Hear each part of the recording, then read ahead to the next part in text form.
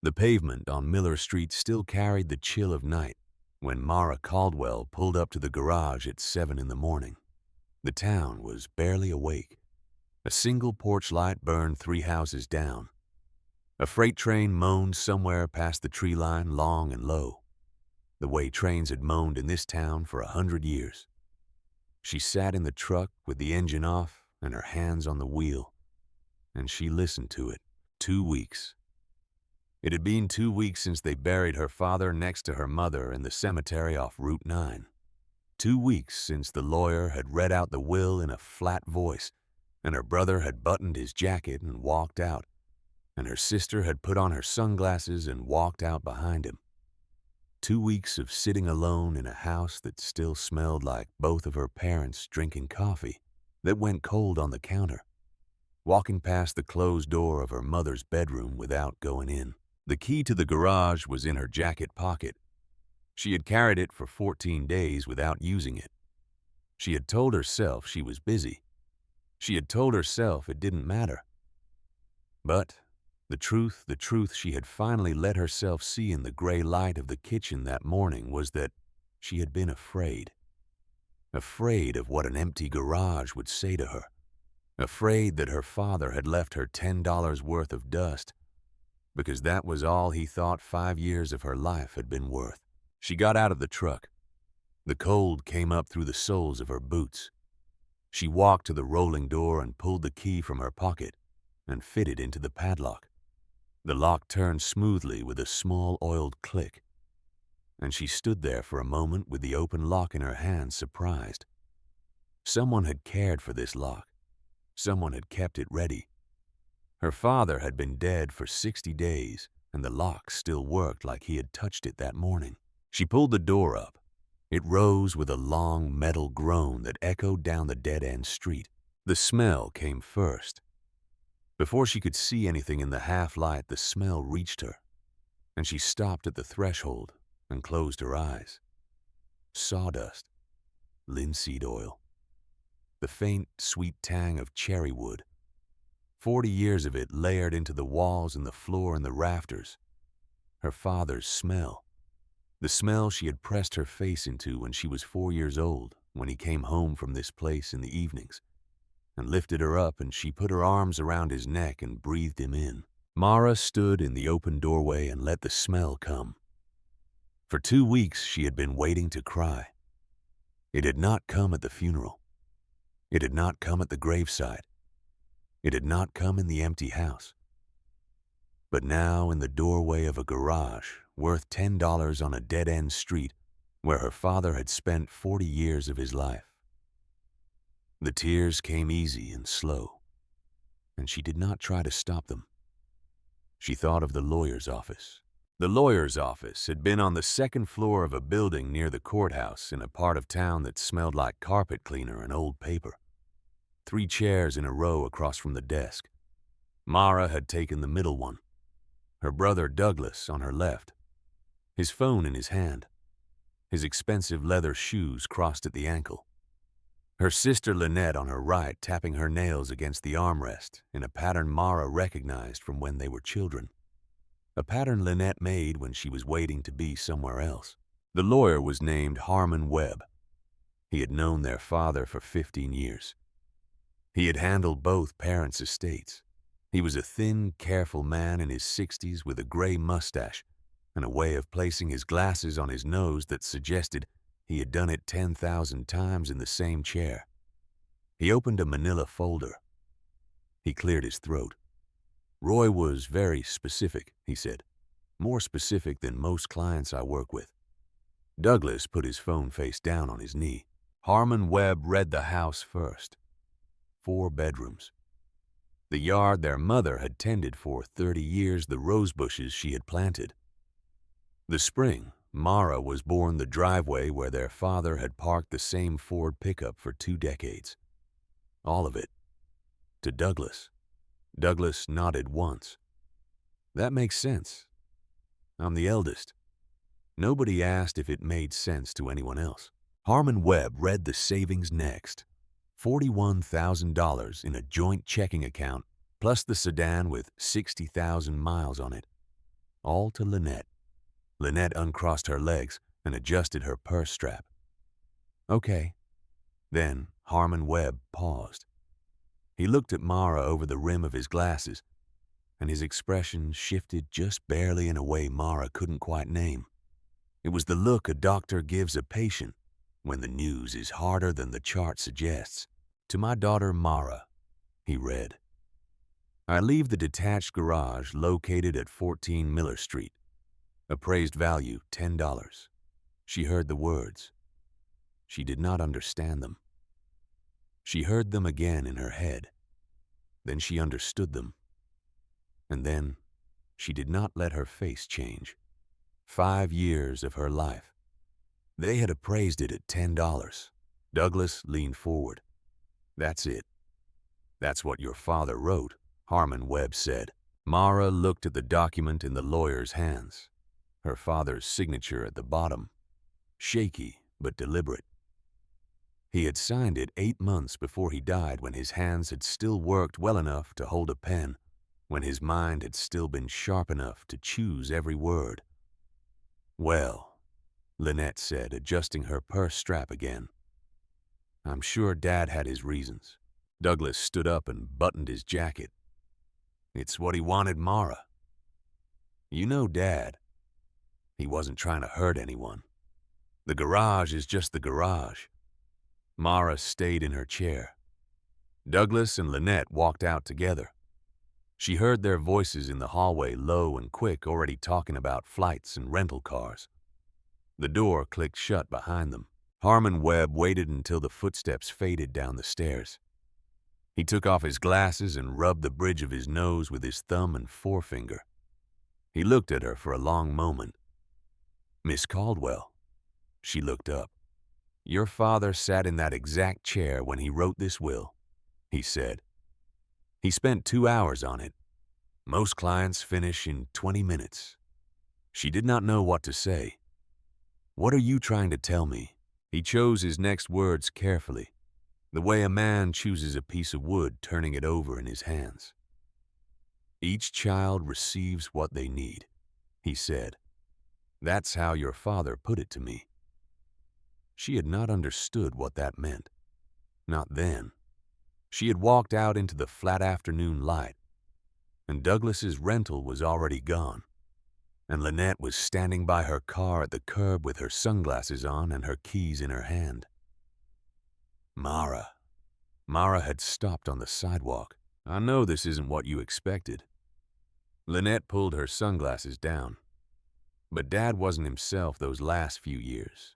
The confusion, the forgetfulness, he probably just forgot to update things. He wrote it 8 months ago, Lynette. He was himself. He just wasn't who you wanted him to be. Lynette opened her mouth, closed it, put her sunglasses back on, got in the car. Mara had stood on that sidewalk until the engine sound faded down the block.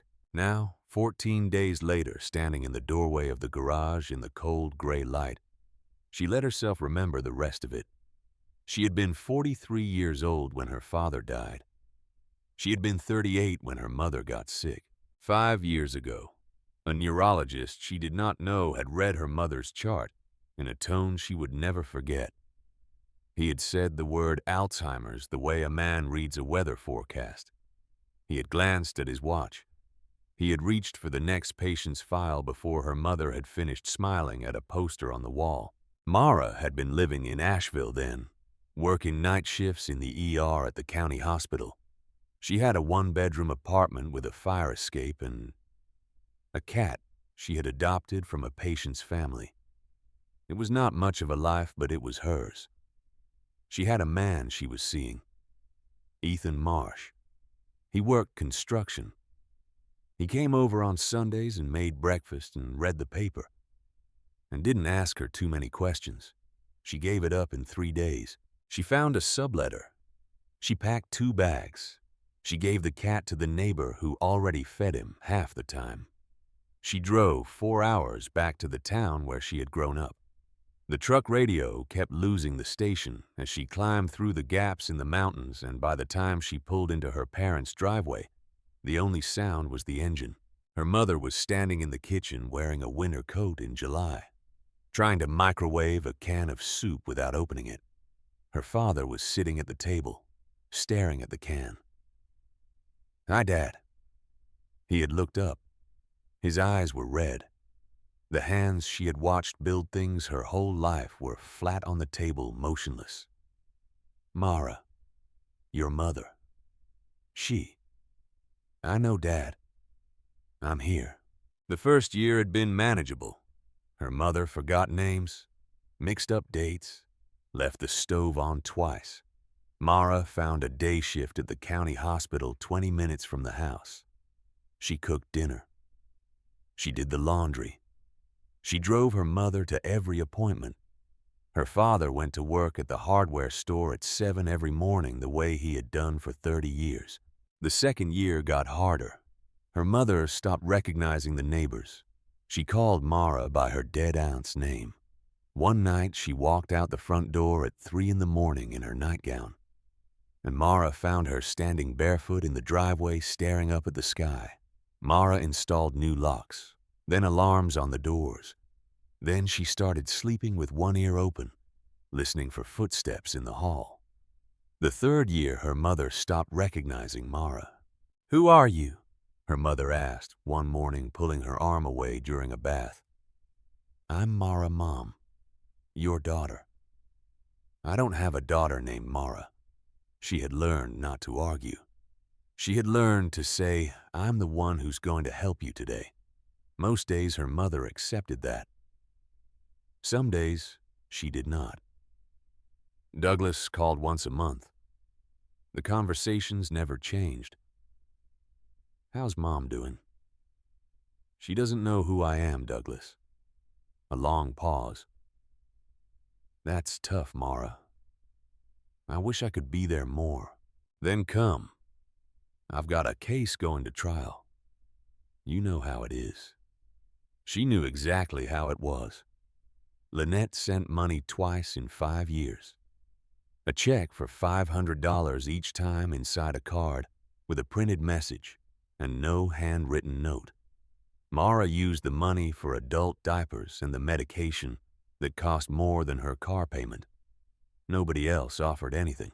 Her mother died on a Tuesday in March, quietly in her own bed, with Mara sitting beside her and her father holding her hand. The hospice nurse said it was peaceful. Mara nodded and didn't say anything because she did not know what that word was supposed to mean when it described the end of someone's mind going dark a piece at a time for 4 years.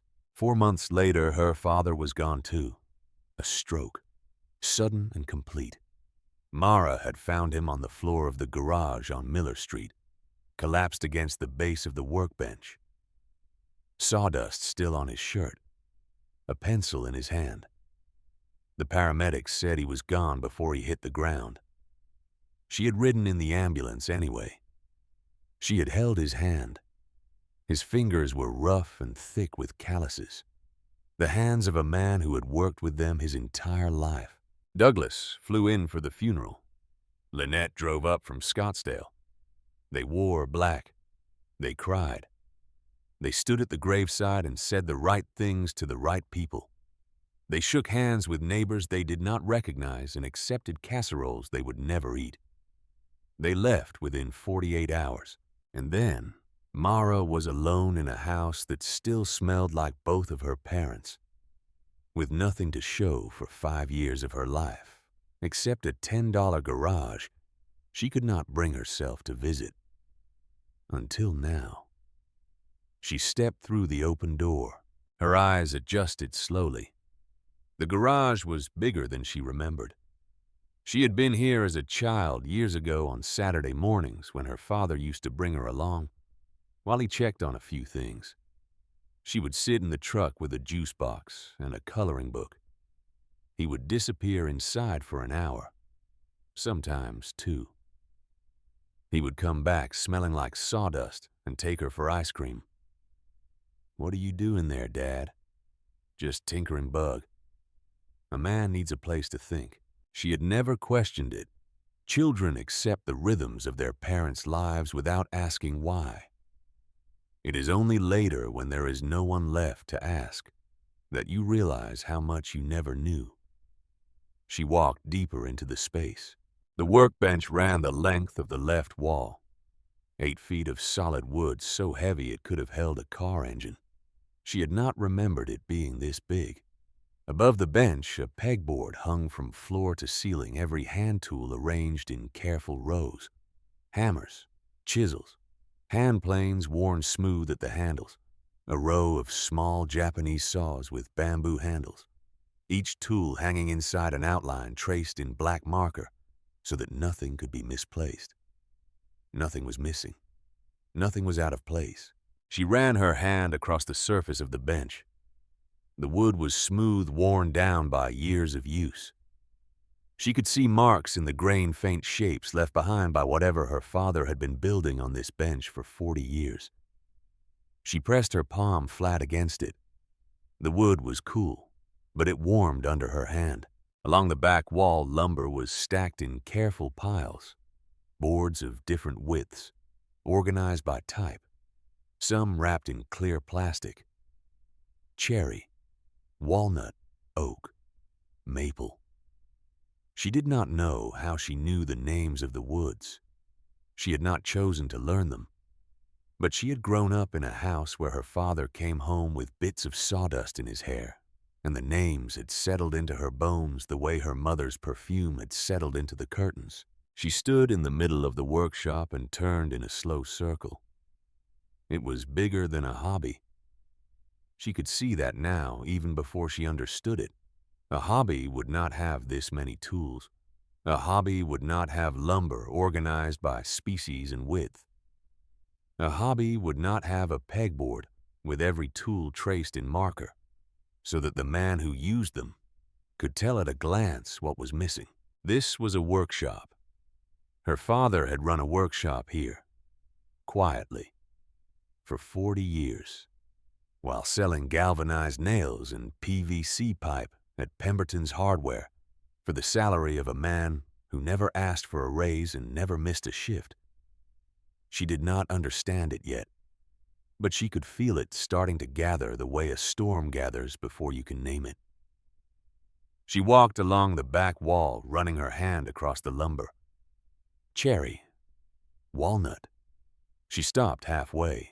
There was something behind the lumber, where the wall should have been. Flat cinder block, there was a vertical line, a seam, running from floor to ceiling, painted over in the same dull gray as the rest of the wall, so neatly that she would have missed it if her hand had not been moving across it. She pulled 2 boards aside and leaned closer. A door. No handle, no hinges visible. Just a small brass keyhole set flush with the surface painted the same gray as the wall. Her hands went still. She stood there for a moment, looking at the door. Her chest had begun to do something strange, a tightness that did not have a name. She turned and went back to the workbench and started opening drawers. The first drawer held pencils and small tools. The second held screws sorted by size into little glass jars. The third held sandpaper of every grit. She reached for the center drawer. She slid it open and reached toward the back. She felt something under the wood. She bent down to look. Taped flat against the underside of the drawer with a strip of brittle electrical tape was a small brass key. The teeth were worn smooth. She peeled the tape carefully. The key came loose into her palm. It was warm from the wood. It felt like something that had been held 1,000 times. She walked back to the hidden door. Her hand was trembling. She pressed the key into the lock. It fit. She turned it. The lock gave with the same soft, oiled click as the padlock outside. The door swung inward. A rush of cool air came out at her. The same sawdust smell as the workshop, but deeper, richer. Decades of it layered into the walls of the space beyond. The air had the weight of an old church. She stood in the doorway, and her eyes adjusted slowly. And then she stepped through. The room was twice the size of the workshop. Her father had built it into the space behind the garage, extending into what she had always thought was an empty lot. The walls were finished drywall painted a soft, warm white. The floor was wide pine plank, oiled to a dull glow. A single high window in the back wall let in a wide column of morning light. And in that light, standing quiet and still, was furniture. A dining table, cherry, dark and tight-grained, long enough for 8 people.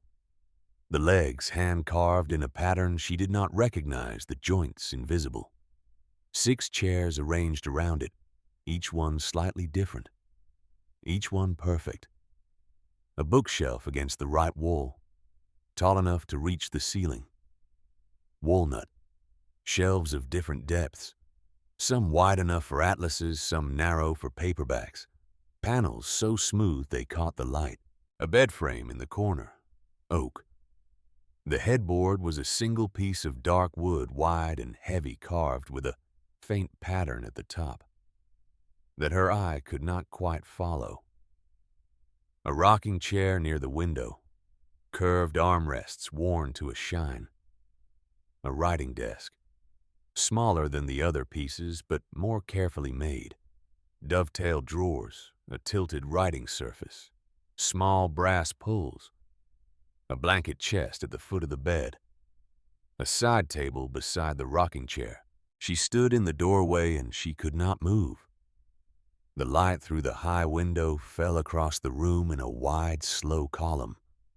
Dust drifted in the beam. She could see her own breath in the cold air. 40 years. Her father had been building furniture in this room for 40 years. Her legs moved her forward without her telling them to. She walked to the dining table first. She placed her hand on it. The wood was warm. The grain was tight and clean. She bent down and looked at one of the joints where the leg met the apron.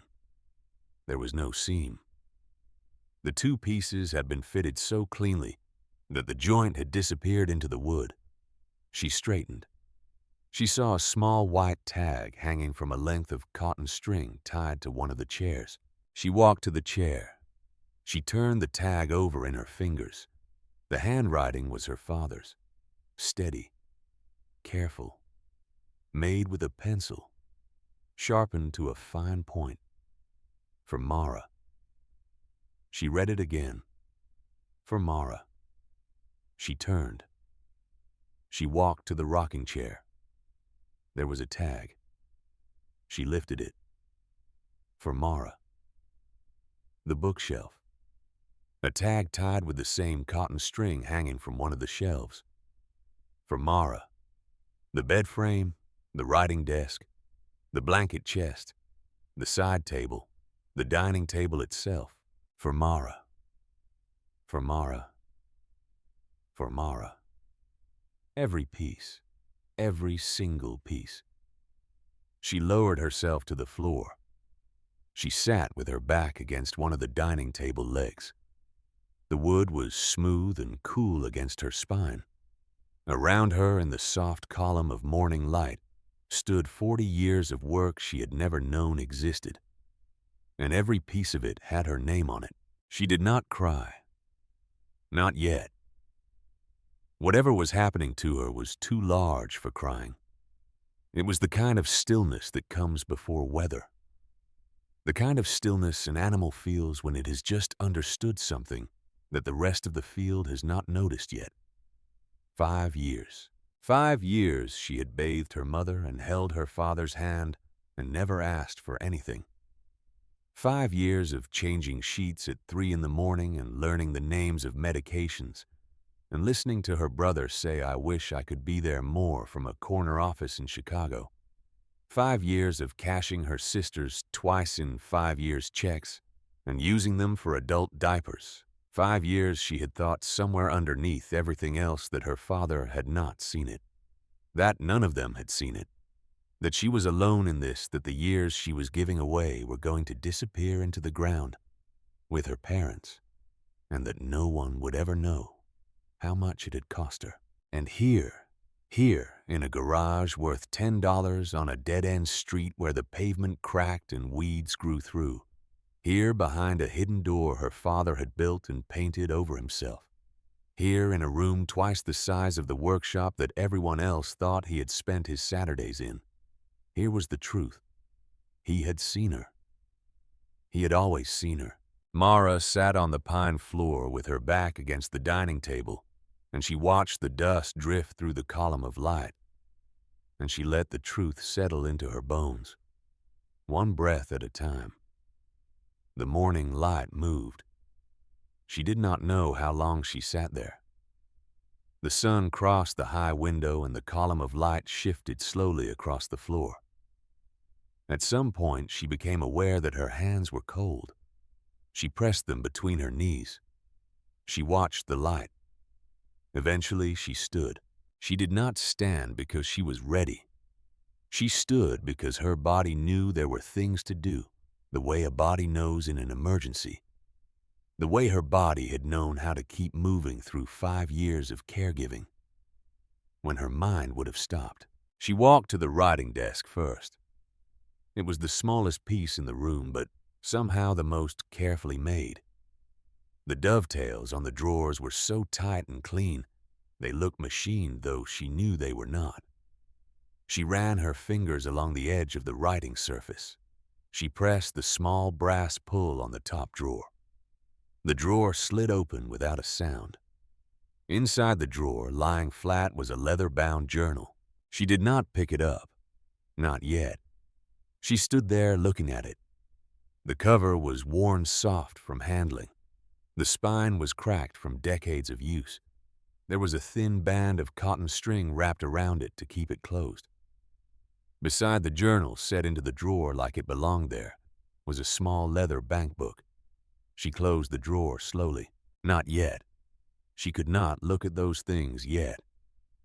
Whatever was in that journal and whatever was in that bank book, she could feel the weight of them through the wood, and she knew she could only handle so much in one morning. She walked back through the doorway, into the workshop, back through the garage. She stepped out into the cold gray morning and pulled her jacket tighter around her shoulders. The street was empty. The same porch light burned 3 houses down. The freight train was gone. She closed the rolling door. She locked the padlock. She put both keys, the brass one and the heavy one, into her jacket pocket together. Her phone rang. She felt it in her pocket before she heard it. She pulled it out. She looked at the screen. Douglas. She stood in the gray morning light with the phone in her hand, and she watched her brother's name pulse on the screen. She thought about not answering. She thought about throwing the phone into the weeds at the end of the street and driving home. She answered. Mara. His voice was light, casual. The voice he used on opposing counsel before a deposition. Douglas. Quick question. I was going through some of Dad's old paperwork. Found a few references to that garage on Miller Street. The pause was 1 beat too long. So, what was in there? She looked at the closed door of the garage. She looked at the rolling metal door. She looked at the cracked pavement, and the weeds growing through, and the rusted gray paint, and the dead-end street where nothing ever happened. She thought about the room behind the hidden door, the dining table, the bookshelf, the bed frame, the rocking chair, the writing desk, the journal, the bank book, the tags hanging from cotton string. For Mara. Sawdust, she said. Some old tools. Nothing worth the trip. The pause on his end was longer this time. Right, he said. Well, if you find anything interesting, let us know. He hung up. Mara stood in the cold, and she looked at the phone in her hand. She looked at the garage. She looked at the empty street. 2 weeks ago, she had thought her father had left her nothing. 2 hours ago, she had thought a garage worth $10 was the last small insult of a will that had already taken everything from her. She did not yet know what was in the journal. She did not yet know what number was written in the bank book. She did not yet know about R.W. Holt. The name, she had never heard the name her father had been signing on the bottom of pieces in galleries from Raleigh to Charleston for 40 years. She did not yet know about the dealer named Carson Mills. She did not yet know about the catalog with the glossy cover. She did not yet know about the codicil sealed inside a manila envelope in the safe at Pemberton's Hardware waiting for her. She did not yet know about the 4 letters her father had written to her over 30 years hidden under the false bottom of a drawer she had not yet opened. She did not yet know any of it. But she knew this. Her father had built that hidden door himself. He had painted it the same color as the wall. He had cut the seam so cleanly that she had almost missed it. He had hidden the key on the underside of a drawer in the workshop everyone thought he tinkered in on Saturday mornings. He had spent 40 years carrying the secret of that room. He had filed a will that valued the garage at $10, and he had sat in a lawyer's chair for 2 hours making sure the document said exactly what he wanted it to say. And then he had waited. He had waited to die. He had waited for the lawyer to read the will. He had waited for his eldest son to take the house, for his middle daughter to take the savings, for both of them to walk out within 10 minutes and start talking about flights. He had waited for her.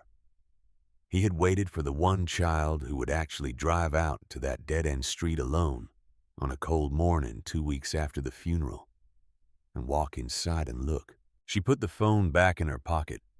She put her hand on the brass key in her pocket. She felt the worn, smooth teeth of it against her thumb. She got back into the truck. She started the engine. She sat there for a moment listening to the motor settle, watching her own breath in the cold cab. The dashboard clock read 8:14. Her father had been a quiet man. He had stood behind the counter at Pemberton's Hardware for 30 years, and he had sold nails and brackets and lengths of pipe to neighbors who never once suspected that the man making change for their $2 purchase had been published in a craft journal in Asheville, that collectors in 3 states tried to track him down by his initials, that his hands had built furniture worth more than the salary the hardware store paid him. He had carried it for 40 years, alone. And he had built a room for her in the only place no one would think to look. She put the truck in gear. She drove home through the waking streets of the town she had grown up in. She passed the hardware store dark behind its windows. She passed the diner where her father had taken her for ice cream after Saturday mornings at the garage. She passed the cemetery where both of her parents now lay side by side. She did not stop. She did not slow down. There were things in that journal she needed to read. There was a number in that bank book she needed to see. There was a catalog she did not yet know existed. There was a man named Cal Brewer she had known her whole life, who was about to walk into that garage and tell her things she had not been ready to hear when her father was alive. She drove home with the brass key in her pocket and the smell of sawdust still in her clothes. She did not know yet how much her father had built for her in the dark, but she was beginning to suspect.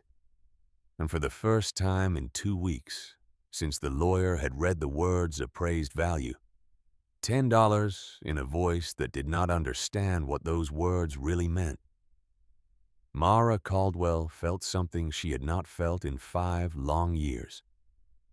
She felt seen. She came back the next morning at the same time, 7 o'clock. The cold was the same. The porch light 3 doors down was still burning, and the freight train sounded again past the tree line, as if the world had agreed to repeat itself for her benefit.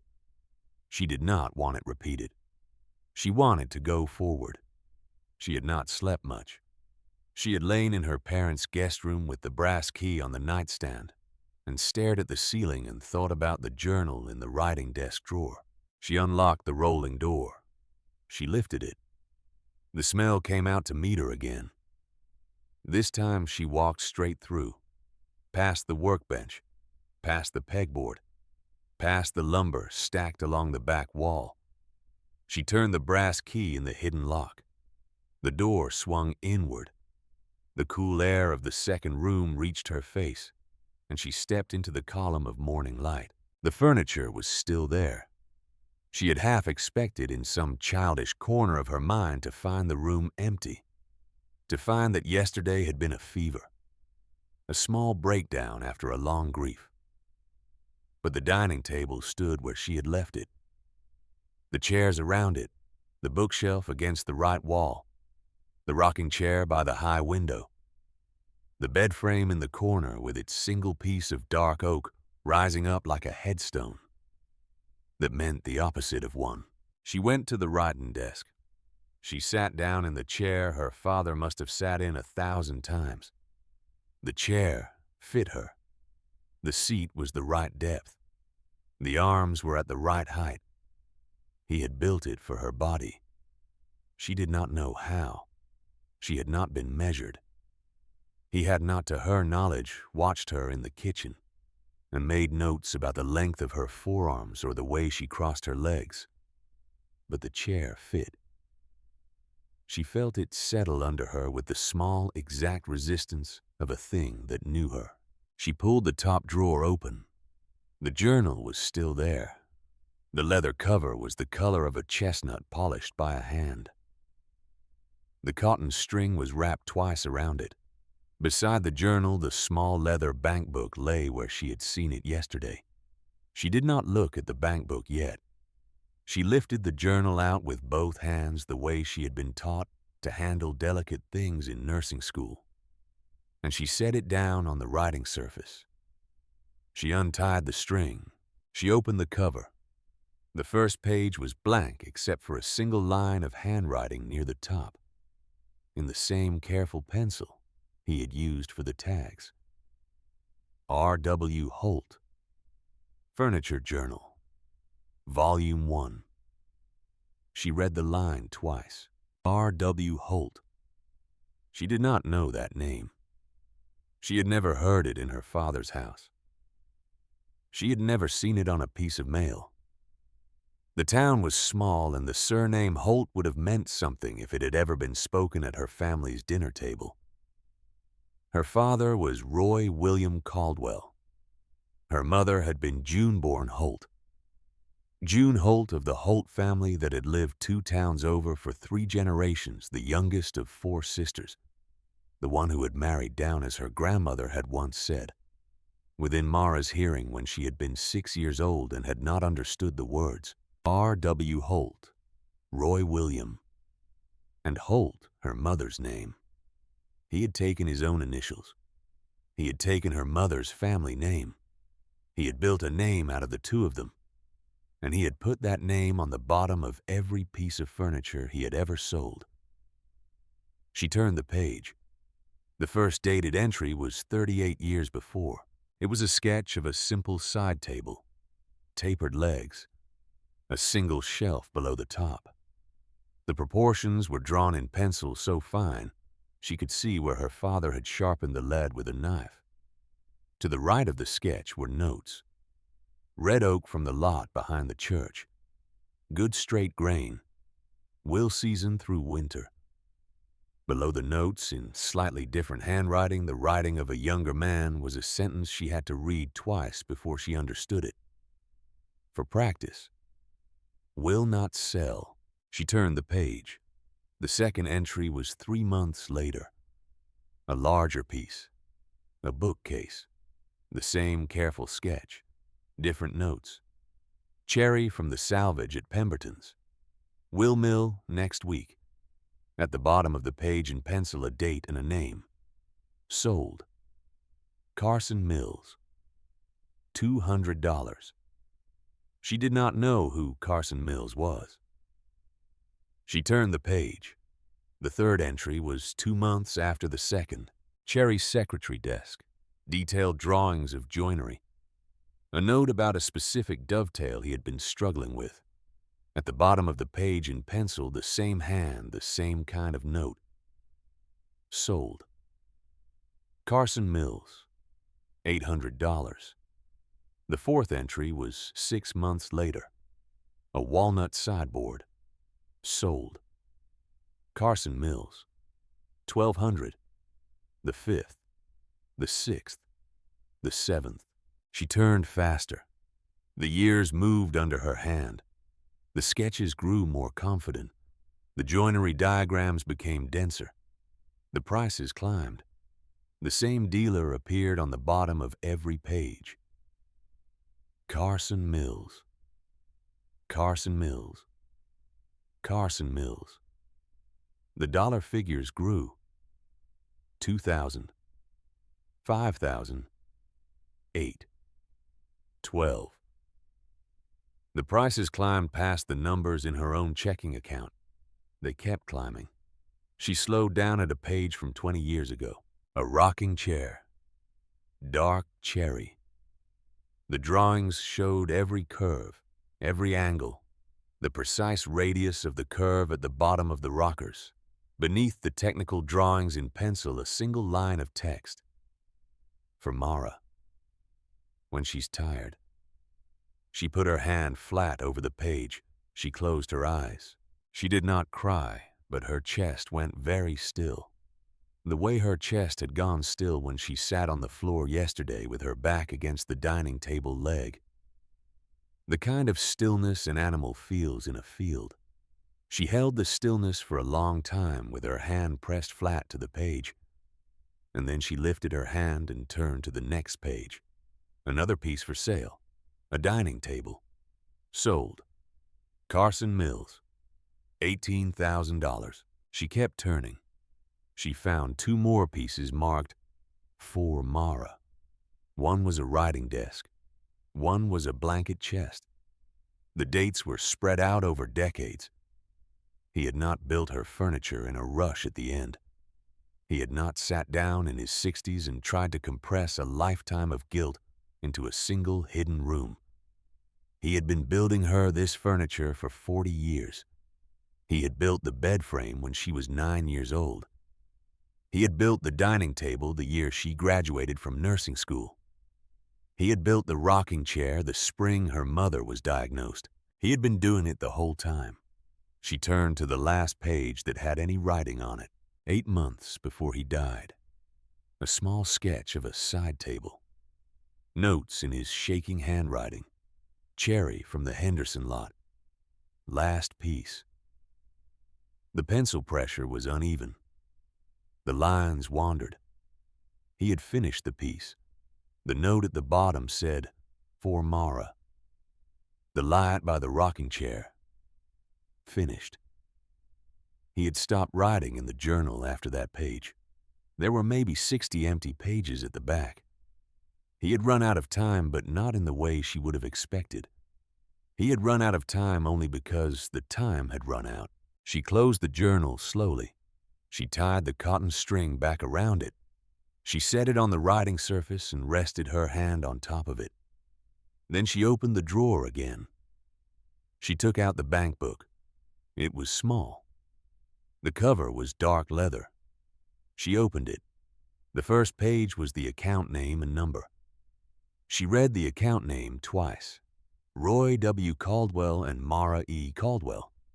Joint account with rights of survivorship, E. She had not opened a joint account with her father. She had not signed anything. She did not have a copy of the signature card on file at home, or at work, or anywhere else in her life. She had her own name, her own checking account, her own credit card, her own car payment, that she had been making for 9 years out of an ER nurse's salary. She had never been told about this account. Her name had been put on it without her knowledge. She turned the page. The deposits began 38 years before the year of the first sale to Carson Mills. The numbers matched the journal. $200, $800, $1,200, $2,000, $8,000, $12,000. They climbed across the pages year after year in her father's handwriting. Each deposit was dated, signed, and noted. He had been keeping his own ledger in the bank's book as carefully as he had kept the journal. She turned to the last page with entries on it. The final balance was written in pencil, in his shaking handwriting 7 months before he died. $341,241. She read it 3 times. $341,000. For 40 years, her father had stood behind the counter at Pemberton's Hardware. He had worn the same gray work shirt every day. He had driven the same Ford pickup. He had eaten the same bagged lunch her mother had packed for him every morning of his married life.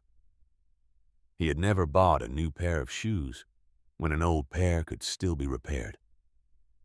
He had never raised his voice about money. He had never, in her hearing, complained about not having enough. He had also, as far as she knew, never had quite enough. There had been years when his check came home and her mother sat at the kitchen table after the kids were asleep and worked through the bills with a pencil and a long face. Mara remembered those nights. She remembered the kitchen light on at midnight, the pencil scratching her mother's hand on her forehead. There had been $341,000 in an account with her name on it the entire time. He could have spent it. He could have bought her mother a better house. He could have given Douglas the law school money Douglas had borrowed. He could have helped Lynette with the down payment on the condo in Scottsdale she had complained about for 2 years. He had done none of those things. He had kept it. He had walked into the bank one day alone and he had put her name on the account. And he had not told anyone. And he had kept building and the number had kept growing and the account had waited. Mara sat at the writing desk and held the bank book open in her lap. She tried to think. She could not. The numbers and the years in her father's careful handwriting moved through her in a slow current, and she did not have anywhere to put them yet. She picked up her phone. She scrolled through her contacts until she found a name she had not called in months. Cal Brewer.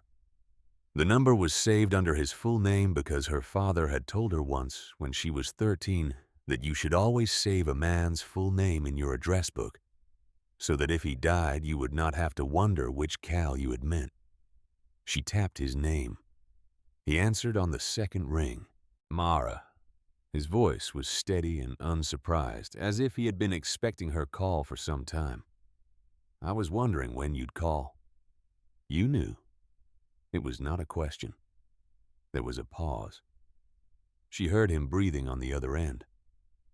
She could picture him standing behind the counter at the hardware store, the gray light from the front windows on his face, the smell of metal and paint in the air around him. I've known for a long time, he said. How long? 30 years, maybe longer. She did not answer. Are you at the garage? Yes. I'll be there in 10 minutes. He showed up in 8. Cal Brewer was 68 years old. He had run the hardware store since his father retired. He had given her father a job behind the counter when Mara had not yet been born. He came through the open rolling door wearing his gray work jacket and carrying a canvas tote bag, the kind he used for his lunch and his ledgers. He stopped just inside the doorway when he saw the hidden door standing open. He looked at it for a long moment. So you found it, he said. You could have told me, Cal. Your father made me promise 3 weeks ago. He made me promise 30 years ago. I wasn't going to break my word the week he died. She did not answer right away. She watched him set the canvas tote bag on the workbench.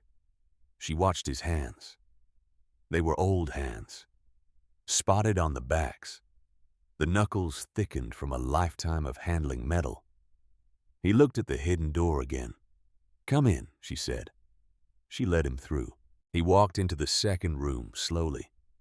He took his cap off and held it in his hand. He moved through the furniture the way a man moves through a church. He touched the dining table with one finger. He pressed his thumb against the edge of a chair. He stopped at the rocking chair and stood there for a moment. His eyes were wet. His voice stayed even. "I haven't been in here in 2 years," he said. "Your father stopped letting anyone in after his hands started to go. He didn't want anyone to see him work slowly. He didn't even want me." She did not say anything. She let him stand there. After a moment, he sat down in one of the dining chairs. The chair held him easily. He put his cap on his knee. He let his hands rest on his thighs, and he looked at her. "Sit down, Mara. I'm going to tell you what your father didn't get the chance to." She sat in another chair. He started slowly. He told her her father had started building furniture in his early 20s. Small pieces, cutting boards, side tables, things he gave away to people who needed them. He had not been trained. He had learned from library books and from making mistakes, and from finding the men in 3 counties who knew how to do specific kinds of joinery and asking them politely if he could watch. By the time her father was 30, he was building at a level that most professionals would have been proud to reach. By the time he was 35, he was building at a level that most professionals would never reach. He could have left the hardware store. He could have set up a shop. He could have hung out a sign. He had refused. "Why?" Mara said. Cal looked at her. He thought about how to answer. He looked at his cap. "Your father didn't want to be famous, Mara. He didn't want to depend on customers liking him. He didn't want to depend on collectors who might decide they were tired of him next year. He didn't want to put his family in a position where the money came and went. He wanted a steady check. He wanted a regular job. He wanted to come home at 5 and have dinner and not bring the work in the door with him." He paused. "And he wanted the building of it to be his. Not anyone else's, not the buyers, not the galleries, not the press. He didn't want the work to belong to the market. He wanted it to belong to him. And the only way he could think to keep it that way was to do it quietly, and to do it under a name nobody knew. R.W. Holt. Yes, R.W. Holt. Carson Mills." Cal nodded. He looked tired. "Carson runs a gallery in Raleigh. Quiet man. Handles private collectors. Your father drove to Raleigh once a quarter for almost 40 years. He brought a piece in the back of the truck. Carson handled the buyers. Your father never met a single one. He never went to an opening. He never sat at a table at a charity auction. Carson knew, obviously. I knew. Your mother knew. Beyond the 4 of us, nobody. Nobody. Nobody." Cal reached into the canvas tote bag he had brought. He pulled out a magazine. Glossy. Heavy paper. The kind of catalog that sat on the coffee tables of gallery patrons in cities Mara had never been to. He handed it across to her. The cover read, R.W. Holt, 40 Years of American Craft. She opened it. The photographs were taken in a gallery setting. Soft lighting. Pale walls. Each piece shot from 3 angles. Captions at the bottom listing dimensions and estimated values. Mara's eyes ran down the first page. A cherry dining table. A walnut bookcase. A rocking chair in dark cherry with curved armrests. She knew the rocking chair. It was the one standing 15 feet away from her in this room. The piece in the catalog was a different one sold to a collector in Chicago for $26,000. But the lines of it, the curve of the armrest, the proportion of the back were the lines her father had used in the chair he had built for her. She turned the pages. There were 40 pages. There were maybe 100 pieces, each one with a number underneath it. 18,000, 22, 38, 45. There was a small biography at the back of the catalog. A single paragraph. It said that R.W. Holt was an American furniture maker of the late 20th century, working primarily in the southeastern United States, whose pieces had been collected by serious buyers for 40 years. It said his identity was private at his own request. It said his work could be recognized by an absence of decoration, an absence of self. Mara closed the catalog. She held it in her lap. He was famous, she said. Her voice cracked on the word. In certain circles, Cal said. Collectors, woodworking journals, gallery owners, people wrote about him, tried to find him. Carson Mills always told them the artist preferred to remain anonymous. Eventually, they stopped asking. How much money did he turn down? What do you mean? Over 40 years. How much money? If he had been known by name, if he had run a shop, if he had taken commissions. Cal looked at her. He thought about it. 2 or 3 million, maybe more. Hard to say. She nodded once. She did not respond to the number. She set the catalog on the dining table beside her chair. Cal. Yes. Why did he hide it from us? He took a long breath. He looked at his cap again. He looked at the rocking chair across the room. He looked at the high window where the morning light was coming through in a long, slow column. He chose his words carefully, the way her father had always chosen his words. Your father saw things, Mara, Cal said. He saw everything. He saw how Douglas treated money. He saw how Lynette handled obligation. He watched you give up an apartment in Asheville and a job and a man you were going to marry. And he watched you bathe your mother and hold his hand. And he never once heard you complain about what it was costing you. He paused. His voice was steady, but he was choosing every word with care now. About 10 years ago, he sat me down in the back of the store after closing. He told me he was worried. He had been putting money aside for years, good money. And he was afraid that if Douglas or Lynette ever found out about it, there would be a fight. Legal action, family pressure, guilt. He had seen it happen to other people. Brothers and sisters going to court over a piece of land or a savings account. Families turning into strangers over money. He didn't want that for you. He didn't want it for any of you. So he hid it. He hid it. The room, the account, the journal, all of it. Behind a door nobody knew about.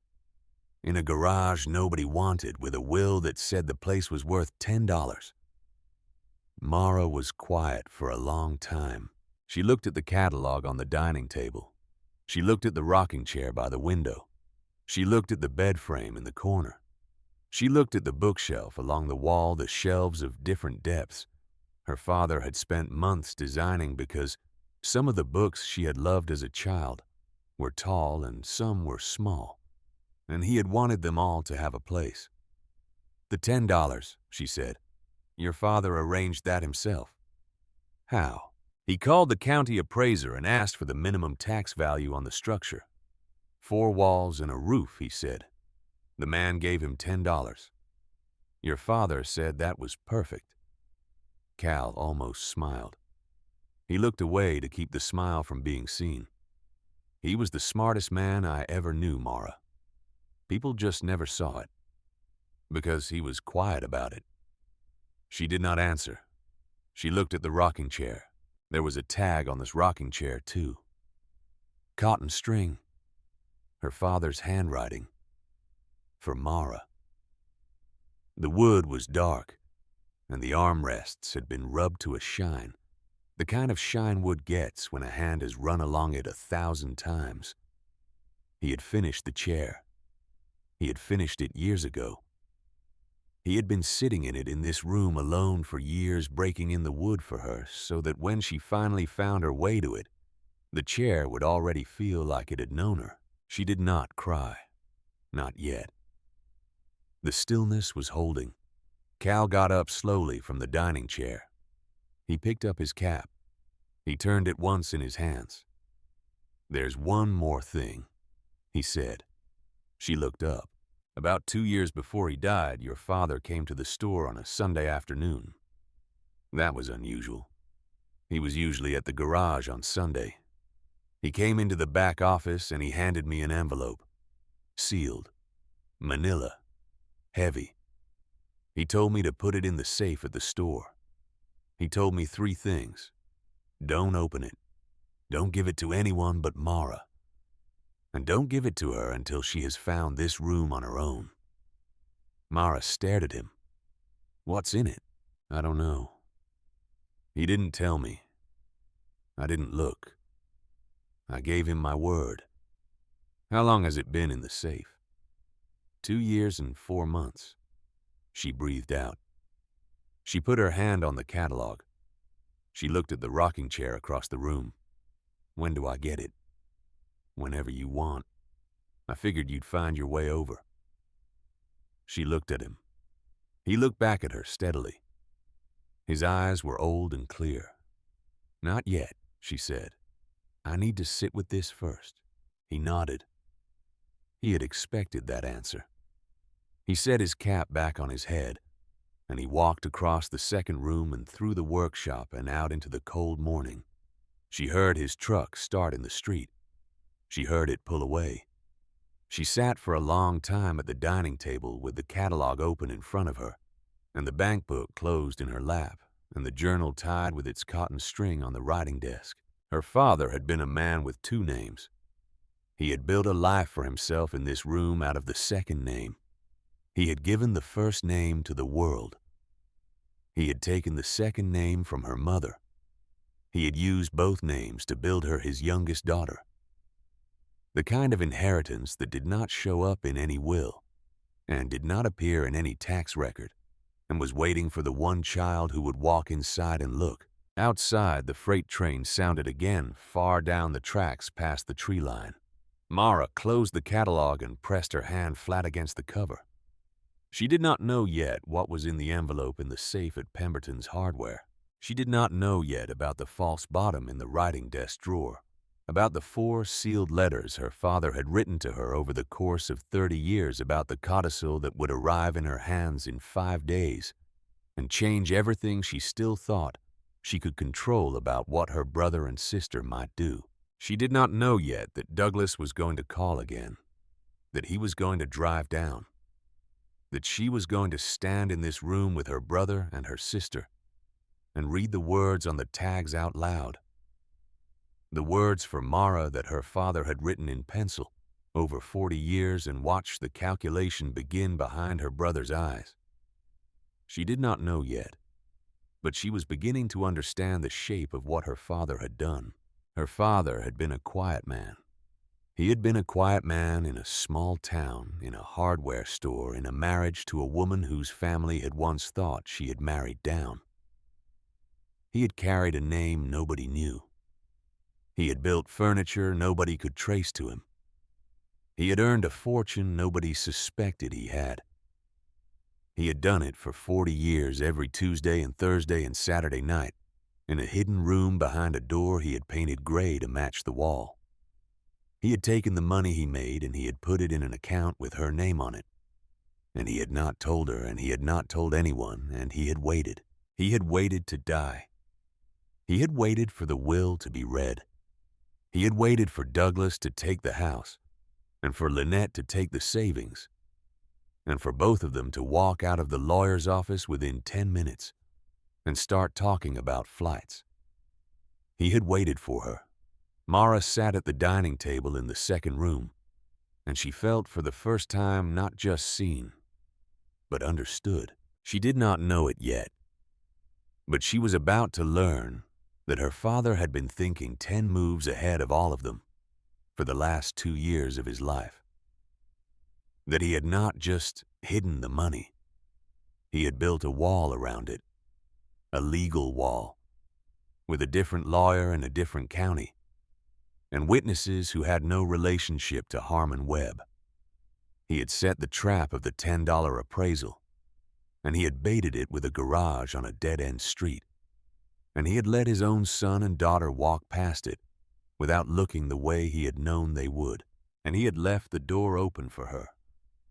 He had left her the key hidden under a drawer in the workshop they all thought he tinkered in on Saturday mornings, and he had left her the journal, and the bank book, and the catalog, and the room itself, and the chair with the armrests worn smooth from his hands, and somewhere out there in the safe at Pemberton's Hardware, he had left her an envelope she had not yet opened. She did not know yet what was inside that envelope, but she could feel it. The way a body feels weather, the way the field feels the storm. She stood up. She closed the bank book. She set it on the writing desk beside the journal. She put the catalog on the dining table where she could see it. She walked out of the second room. She closed the hidden door behind her and locked it with the brass key. She walked through the workshop. She stepped out into the cold morning light. She lowered the rolling door. She locked the padlock. She drove home. The phone in her pocket did not ring. Not yet. The snow fell all night. Emery woke before dawn to a silence she did not recognize. Not the silence of an empty building. Not the silence of a sleeping town. A deeper silence than that, the silence of a world that had been buried while she slept. Every sound muffled by a foot of fresh powder that had not been there when she went to bed. When she climbed up out of the bunker. She crossed the kitchen. She went to the front window of the diner, and she wiped a circle in the condensation with the heel of her hand, and she looked out at a Montana she did not know. The world was white. The road was gone. The fields beyond the parking lot were gone. The mountains in the distance had disappeared into a sky the color of old steel. Snow was still falling, fat, heavy flakes coming down at an angle that suggested wind she could not yet hear. And the only thing that broke the white expanse was the dark shape of the broken neon sign in the parking lot, leaning into the storm like an old man, into a wind he no longer feared. She stood there for a long time. She did not know yet how bad it was going to get. She knew only that something was beginning and that whatever was beginning was going to test every part of her. And she felt, standing at that window in the gray light before sunrise, a strange and terrible calm. Gus arrived at noon. He came on foot, having left his truck a half-mile back where the road had drifted closed. And when Emery opened the door for him, he stamped his boots and shook the snow from his shoulders, and stood for a long moment in the entryway just trying to get his breath back. "It is bad," he said. "It is going to get worse." "How bad?" "The radio is saying the worst in 30 years. He pulled off his cap and slapped the snow from it against his thigh. "Temperatures will hit 30 below by tonight. Power is already out in the western half of the county. By tomorrow morning, there will be people in this town without heat, without water, without any way to call for help." Emery did not say anything. "You knew what you had down there," Gus said. "Yes." "You knew what Hank built it for." "Yes." "Then I do not need to tell you what to do." He stayed for an hour. He helped her start the generator. He showed her how to manage the fuel, how long each canister would last, how to ration. He showed her the ventilation system Hank had installed, the small valves that controlled the airflow the carbon monoxide detector mounted to the wall. He showed her where the medical supplies were organized, separated by purpose with handwritten labels on every box. He showed her, in short, that a stranger who had been dead for over a year had thought of everything. Then he hugged her briefly and stiffly, the way a man of his generation hugs a girl he does not quite know how to hug, and he walked back out into the snow and disappeared. The power in the diner went out at 7:42 that evening. Emery and Lily were in the kitchen when it happened. They had been heating soup on the gas range, the one piece of equipment in the building that did not depend on electricity, and they were just about to ladle it into bowls when the overhead lights flickered once, twice, and then died. The refrigerators went silent. The fan in the wall went still. The world above the floorboards became very suddenly the same silence as the world outside the windows. Lily's hand found hers in the dark. "We are ready," Emery said. They went down into the bunker. The generator coughed once, twice, and then caught, and the underground room filled slowly with light and with the dry warmth of an electric heater. Emery checked the temperature on the wall thermometer. She checked the carbon monoxide detector. She checked the fuel gauge. She thought about her father, although her father was not here, and never had been. She thought about Hank Marsh, who was not here either, and who somehow impossibly was everywhere in this room. The first knock came at 9:15. She climbed the stairs from the bunker with a flashlight in her hand. She crossed the dark kitchen. She crossed the dark dining room. She unlocked the front door and pulled it open, against a wind that nearly took it from her grip. And there on the step stood Sheriff Ray Kellner, with snow caked across his shoulders and ice in his eyebrows and an expression on his face that told her everything she needed to know before he opened his mouth. "Power is out across the whole county," he said. "We've got people with no heat. Older folks, families. I heard there is a generator in your basement. I heard there are supplies." "Yes," Emery said. "Bring them." He looked at her for a moment, just looked, and then he nodded once and he turned back toward his cruiser. And within 10 minutes, the first headlights began to appear out of the storm. They came in waves. The first were the people who lived closest. Mrs. Delgado, from the farmhouse down the road, wrapped in a quilt that had to be older than Emery. The Martinez family with 3 small children, the youngest crying from the cold. A young couple Emery had never seen before, their faces red and raw, who introduced themselves as David and Emma in voices barely louder than the wind. By midnight, 38 people had come up that snow-buried driveway and through that front door and down those stairs into the bunker Hank Marsh had built for exactly this night. Emery worked through the dark. She set up sleeping areas along the walls. She broke open the sealed packages of blankets and sleeping bags. She heated soup on the portable stoves, ladled it into mugs, passed the mugs from hand to cold hand. She distributed water. She distributed granola bars and canned fruit, and the slow miracle of warmth. Lily worked beside her, her small face flushed with effort, her breathing somehow stronger in the activity than it had been in months. The children sat on cots and stared at the strange ceiling. The adults sat against the walls and watched the strange girl who was running the operation, and Emery felt their eyes on her. And she did not stop. "How did you know to have all of this?" Mrs. Delgado asked. She was wrapped in 2 of Hank's blankets, her hands cradling a mug of broth. "The man who built it left it for us," Emery said. "He thought of everything." Mrs. Delgado looked at her over the rim of her mug. "Hank Marsh." "Yes." She nodded slowly. "He helped my husband fix our barn roof one winter. Did not charge him $1. Just showed up one morning with his tools and got to work. He said to me, 'Maria, the world will give us what we need if we are willing to do the work.' I did not understand him at the time." She paused. "I think I understand him now." Around 2 in the morning, the wind shifted.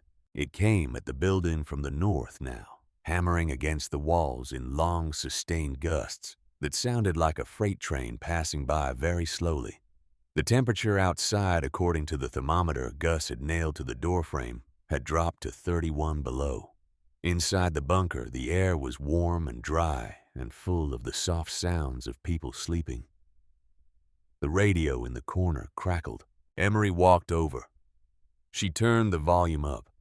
The voice on the other end was the dispatch for the county sheriff's department, a woman with the steady, careful tone of someone who had been doing the job for a long time. "We have a stranded motorist," the dispatcher said, "approximately 3 miles east of town on the old highway. The vehicle is reported as a black SUV registered to Adelaide Marsh Voss.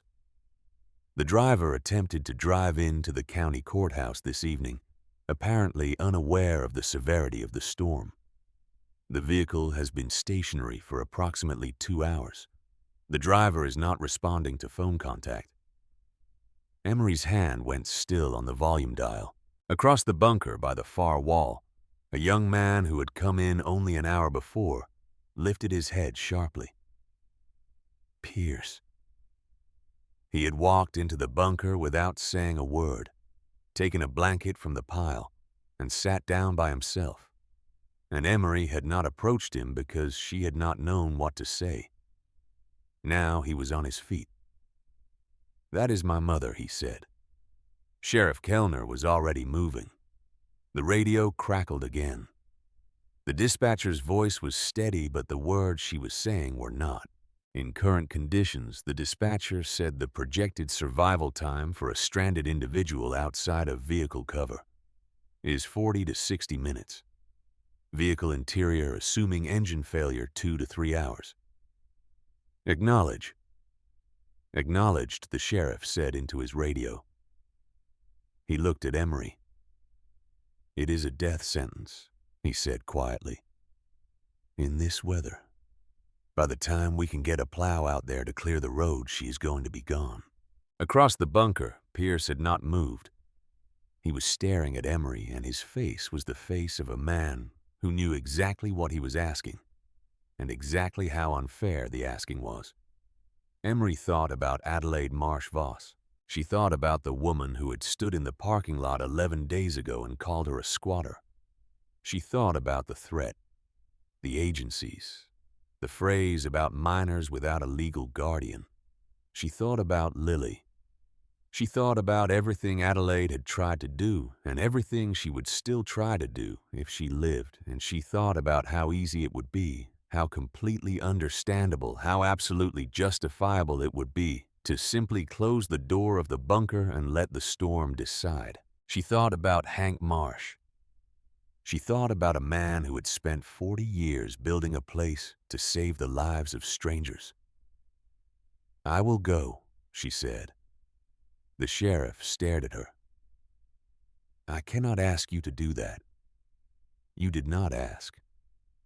He was quiet for a long moment.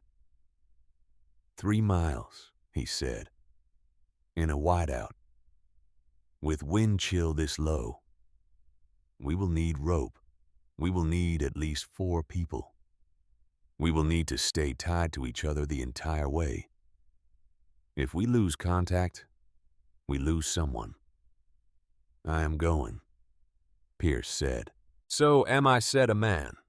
Emery had not noticed before an older rancher named Frank who had come in with the second wave. "I have done this kind of thing before." A 4th man stepped forward without speaking. Dale, Frank's neighbor. The two of them looked at each other and nodded once the way men who have known each other for 40 years can communicate in a single glance. They tied themselves together with a long length of climbing rope Hank had stored in the bunker. Each of them attached at the waist, the spacing measured carefully, so they could not lose each other in the storm. Emery wrapped herself in 2 coats, 3 pairs of socks, gloves over gloves. She tied a wool scarf across her face so that only her eyes were exposed. Lily watched her from the bottom of the stairs, and she did not say, "Be careful." She did not say, "Come back." She just looked at Emery with the same trust she had had since she was 3 years old. And Emery looked back at her, and that was all the goodbye they needed. "You hold the radio," Emery said to Opaline, who had appeared sometime in the last hour without Emery noticing. "You stay with her." "I will," Opaline said. They stepped out into the storm. The wind hit her like a physical blow. It nearly took her off her feet. The snow was so thick that within 10 feet of the building she could not see the building anymore.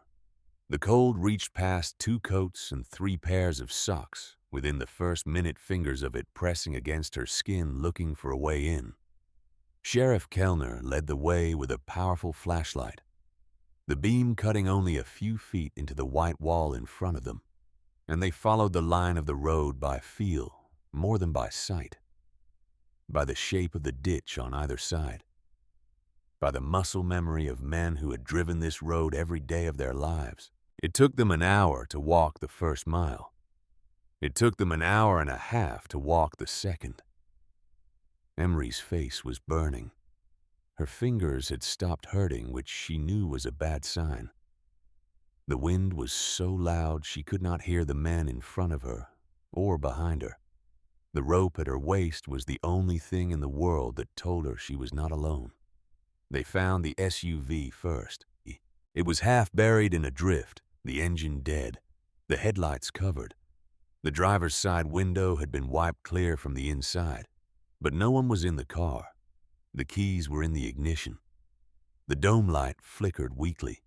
Adelaide had tried to keep the heater on as long as she could, and then when the gas had run out, she had made the worst decision a person caught in a storm can make. She had tried to walk. "Spread out!" The sheriff shouted. He was hoarse from the cold. "Stay on the rope. Call her name. Sweep the ditches." They spread out. Adelaide. Adelaide. Their voices were swallowed before they could carry. Emery shouted until her throat was raw. She swept the beam of her flashlight back and forth across the drifts, across the white of the field, across the dark line of the ditch. And the snow kept falling and the wind kept howling. And she felt the cold beginning to slow her own thinking, and she pushed against it harder and kept walking. She saw the boot first. It was sticking up out of the snow at an angle. Just the toe of a black ankle boot, the kind of expensive boot you would never wear into a Montana winter. If you knew anything about Montana winters, and Emery's heart leapt into her throat, and she shouted, and she ran. Adelaide was lying in the ditch. She had curled herself into a ball. Snow had drifted over her body. Her hair was caked with ice. Her skin was the color of paper. Her lips were blue. She was not moving. For one terrible second, Emery thought they were too late, and then she pressed her gloved hand to the side of Adelaide's throat and felt faint and slow. But there, a pulse. Here, Emery shouted. "Here! She is here!" The men were beside her in seconds. Emery did not think. She moved on instinct, on the years of first aid she had picked up taking care of Lily, on something deeper than training that simply rose up and took over. She stripped off her outer coat. She wrapped Adelaide in it. She rubbed Adelaide's hands.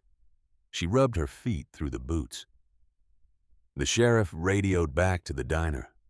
Frank and Dale lifted Adelaide between them, the older woman limp as a doll, and they began the long walk back.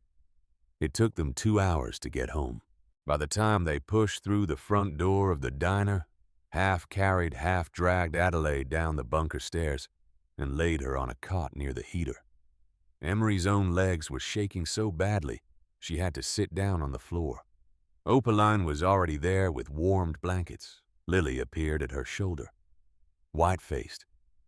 "You are okay," her sister said, half a question, half a command. "Yes." "Is she?" Emery looked at Adelaide. The other women in the bunker had gathered around the cot. They were rubbing her hands, her arms, her feet. They were checking her breathing. They were doing all of the things that a community does when one of its own is dying. "I do not know yet," Emery said. She closed her eyes. Adelaide woke 6 hours later. The bunker was quiet by then. The storm had not stopped, but it had eased and most of the people in the room had gone to sleep, and the only sounds were the soft hum of the generator and the slow, steady breathing of 40 exhausted strangers in a concrete room beneath an abandoned diner. Emery was sitting on a folding chair beside the cot.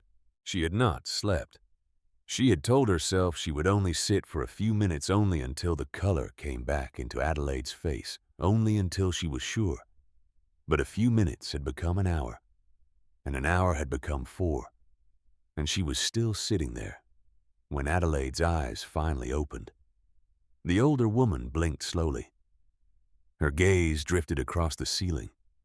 It moved to the walls. It moved to the strangers asleep on the floor. And finally, slowly, it found Emery.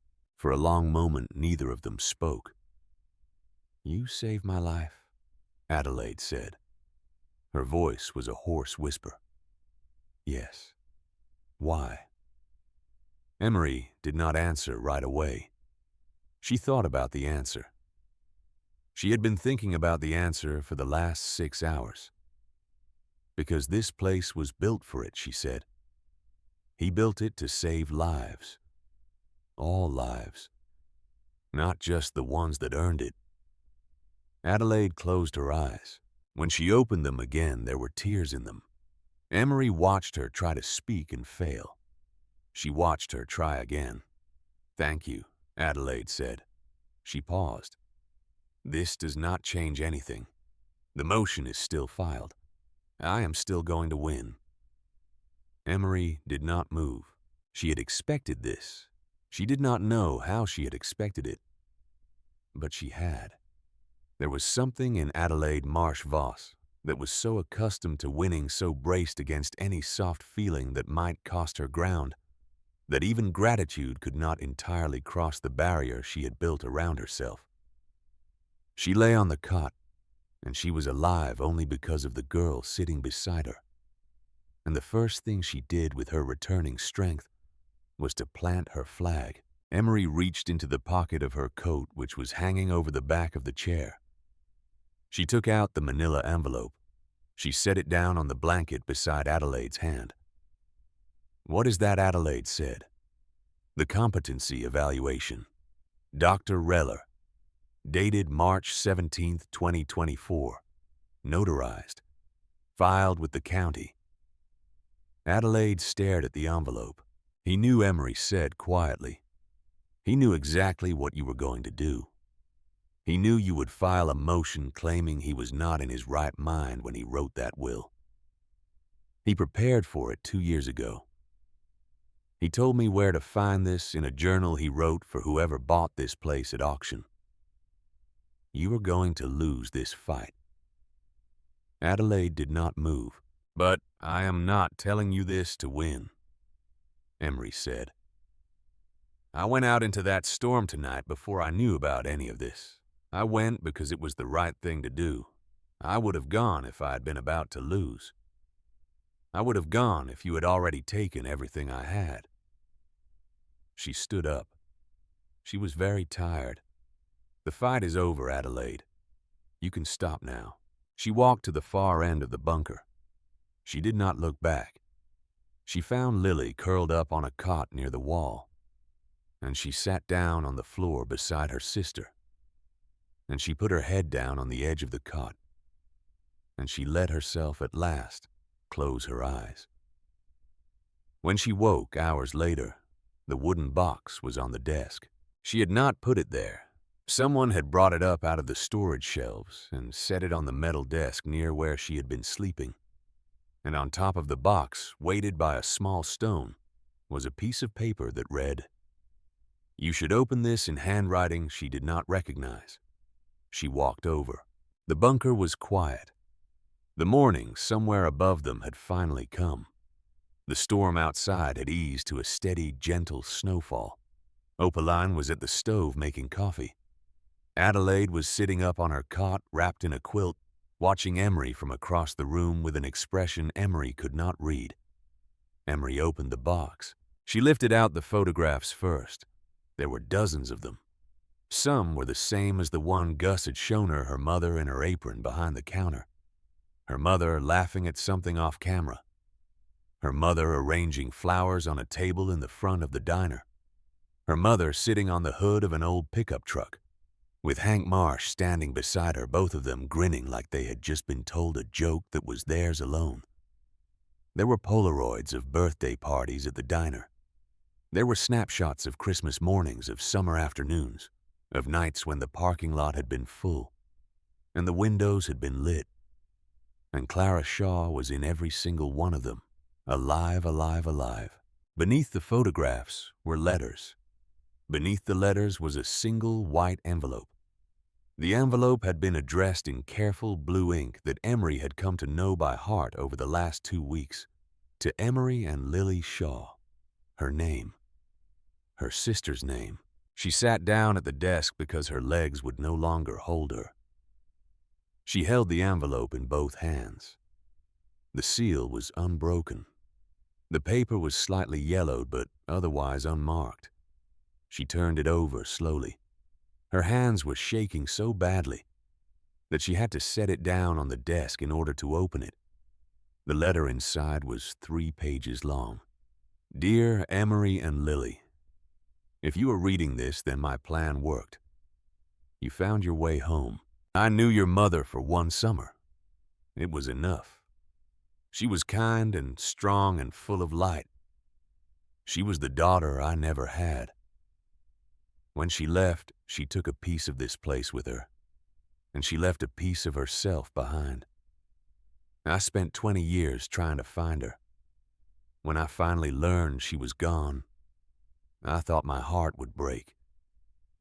But then I learned about you. Her daughters, her legacy.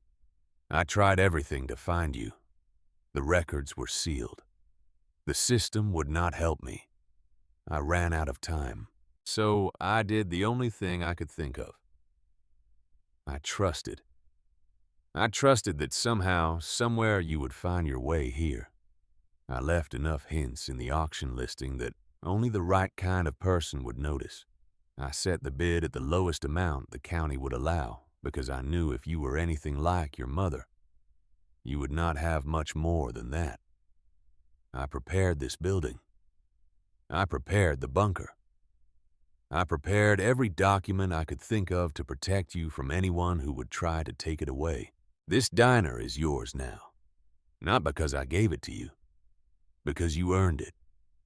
You crossed 2,000 miles. You walked through the door. You read these words. Your mother would be so proud of you. Welcome home. With all my love. Hank. The bunker was silent. Emery did not move for a long time. The letter lay on the desk in front of her. Her face was wet.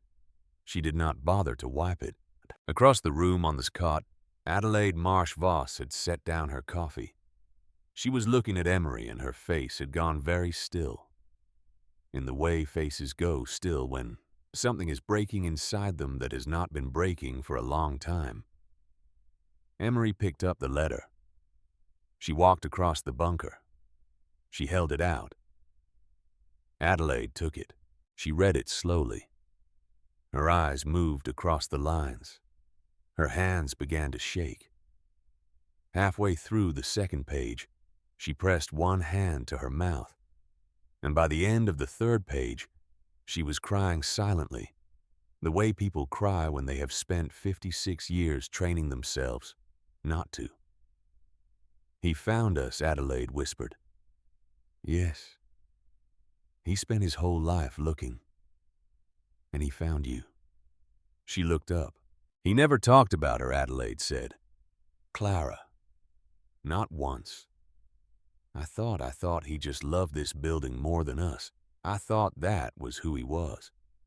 A man who built things instead of loving people. I built a whole story around that.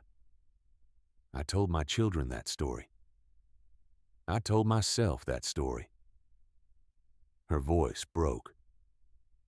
It was not true. No, Emery said. It was not. Adelaide folded the letter very carefully. She handed it back. She did not say anything for a long time. And then she said very softly, the words that ended the war. I will withdraw the motion, she said. First thing tomorrow morning. I will sign over any claim I might have to this property. I will instruct my attorneys to stop everything." Emery nodded. "I am sorry," Adelaide said. "I am so sorry." "For all of it." Emery did not answer right away. She thought about what to say. She thought about how forgiveness worked, whether it was a thing you gave or a thing you simply allowed to grow. She thought about her mother. She thought about Hank. "You can come back," Emery said, "when it opens. You can sit in a booth and you can have a cup of coffee, and you can be part of this place." He would have wanted that. So would she. Adelaide closed her eyes. "Thank you," she said. The storm broke on the third day. The clouds parted late in the afternoon and the sun came out, and it lit up a world so impossibly white that for the first hour, Emery could not look directly at it. The plows came through that evening. The power came back the next morning. One by one, the people who had sheltered in the bunker began to gather their things and go home. But before any of them left, they stopped to thank her. And many of them did not have the words, and many of them just hugged her hard and brief and silent and walked away. Mrs. Delgado hugged her so tight, her ribs creaked. The Martinez children gave her a drawing on a piece of notebook paper. The diner in crayon, the sign lit up, and at the top in careful letters, "Thank you." David and Emma, the young couple, promised they would come back when the roads were clear and help with the renovations. They did not have any money, they said, but they had hands. Sometimes hands were enough. Adelaide left in the afternoon. Pierce drove her. Before she went, she pressed a folded check into Emery's palm. Emery looked down. The check was for $50,000. It was made out to the Clara Shaw Memorial Fund. "For local children who need help with medical bills," Adelaide said. "Start it. Run it. Make it real. My grandfather spent 40 years trying to give to this town. Let me finally help him." Emery did not argue. 6 months later, on a warm evening in late May, the new neon sign buzzed to life over the Crossroads Diner. Every letter lit. Every bulb new. Emery stood in the parking lot freshly graveled, and she watched the sign reflect off the glass of the front windows. The windows were clean. The paint was fresh. The roof was new. The door was open, and inside the diner, the booths were full of the first paying customers the building had seen in 16 years. Gus sat at the counter on the first stool, coffee in front of him. He had not stopped grinning all day. Opaline was in the kitchen, working alongside Lily, teaching her how to make the chicken and dumplings the way Hank's mother had made them. Lily was 15 now. Her cheeks were full.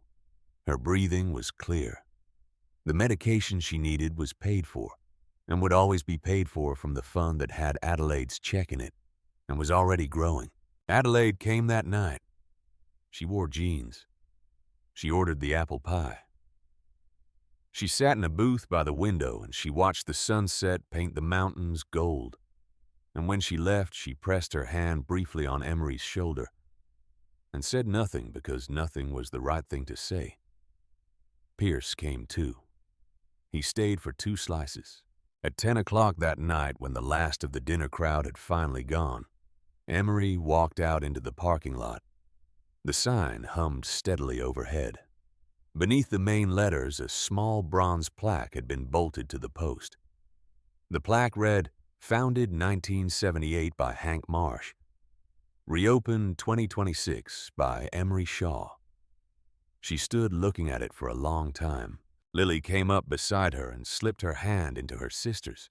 The two of them stood there together in the warm spring night, looking at a sign that had not been lit in 16 years. And now glowed steady and bright across a quiet stretch of an old highway in Montana. "Do you think she would be proud?"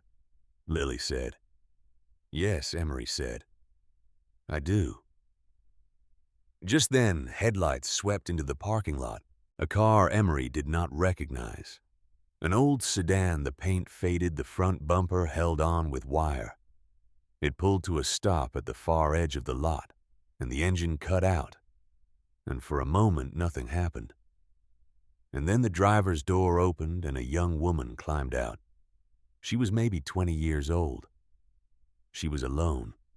She was carrying a small backpack and nothing else. She stood in the parking lot looking up at the sign, as though she was not entirely sure it was real the way people look at something they have driven a very long way to see and cannot quite believe is in front of them. She saw Emery. She hesitated. "Are you open?" she said. Her voice was small. "I know it is late." Emery looked at her. She looked at the young woman's face. Tired, wary, hopeful in a way the young woman was trying very hard not to show. She looked at the small backpack and the old car, and the way the young woman stood with one hand resting on the open door as though she might need to get back in and drive away. She knew that look. She had worn that look at 3 in the morning in a Greyhound station 18 months ago. "Yes," Emery said. "We are open." She held the door for her. The young woman walked past her into the warm yellow light of the Crossroads diner. Opaline looked up from the kitchen. Gus turned on his stool. The first cup of coffee was already being poured before the young woman had even reached the counter.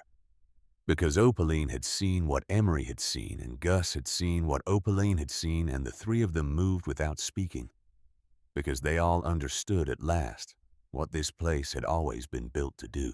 Emery stood in the doorway for one more moment. She looked out at the sign. She looked at the road. She thought about a man she had never met, and a mother she barely remembered, and a $5 bill that had been worn soft by 1,000 hands before it had ever found its way into hers.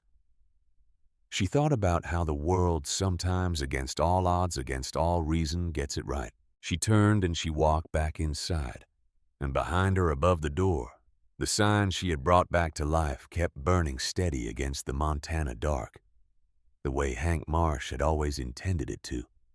Open 24 hours. Some lights are not meant to go out. Some doors are meant to stay open. Some homes are waiting for the people who do not yet know they are coming. And sometimes, when the universe has been patient long enough, the right person walks through the door at exactly the moment she is meant to. Coffee is poured. A booth is made ready. A life that was never supposed to begin begins anyway. Inside the diner, the young woman sat down at the counter. Opaline set the coffee in front of her without a word. Lily came out of the kitchen with a slice of pie that had not been ordered because some things you do not wait to be asked for. And the young woman looked up at the three of them and her eyes filled. And she did not say anything because she did not have to. She was home. She just did not know it yet. But she would.